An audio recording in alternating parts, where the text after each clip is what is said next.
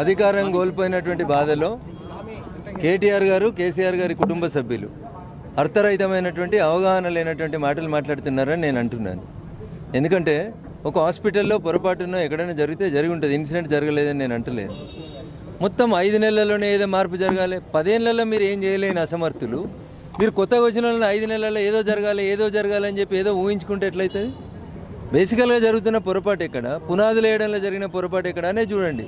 10 సంవత్సరాల్లో తెలంగాణ బంగారు తెలంగాణ అయిపోయింది, అంతా అయిపోయింది అనే మీరు పోయి ప్రగతి భవన్లు సెక్రటరియట్లు పెద్ద 100 కోట్లతో కట్టినప్పుడు మరి 10 ఏళ్లలో మీరు కట్టిన దవాఖానలు ఏమైనా డాక్టర్లు ఎట్టిపోయినరు? ఎందుకు జరుగుతూ ఉన్నాయి మరణాలు? దీని మీద మాట్లాడకుండా రోజు ఏదో ఒకటి విమర్శించాలి కాబట్టి విమర్శించాలనుకోవడం అనేది మంచి పద్ధతి కాదు రాజకీయాల లోపల. ఒకటి. 2, if there is any specific case గురించి మాట్లాడుకుందాం, ఆ ఊరికి పోవాలి, మాట్లాడుకోవాలి. రైతుల ఆత్మహత్యలు మీ కాలంలో 10 ఏళ్ళు సాగినాయి, ఇప్పుడు కూడా జరుగుతూనే ఉన్నాయి. So how you will compare it? You have any statistics అంటే నో స్టాటిస్టిక్స్. మా కాలంలో రైతుల ఆత్మహత్యలు జరగలేదు అని చెప్తారు. జరగలేదా అన్న? ఫామ్ హౌస్ కాడికి పోయి మా దౌలతాబాద్ రైతే ఊరేసుకున్నాడు. దానికి there is no answer from the TRS. కాబట్టి కేటీఆర్ అయినా హరీష్ అయినా ఒక రకమైన ఫ్రస్ట్రేషన్ లోపల ఏదో చేయాలనేటువంటి తపన లోపల చేస్తున్న పంచాయతీ తప్ప గ్రౌండ్ రియాలిటీలో లేరు వాళ్ళనేది నా ఆలోచన. అసలైన తొలి వెలుగు. ఫాలో వాట్సాప్ @తొలి వెలుగు official.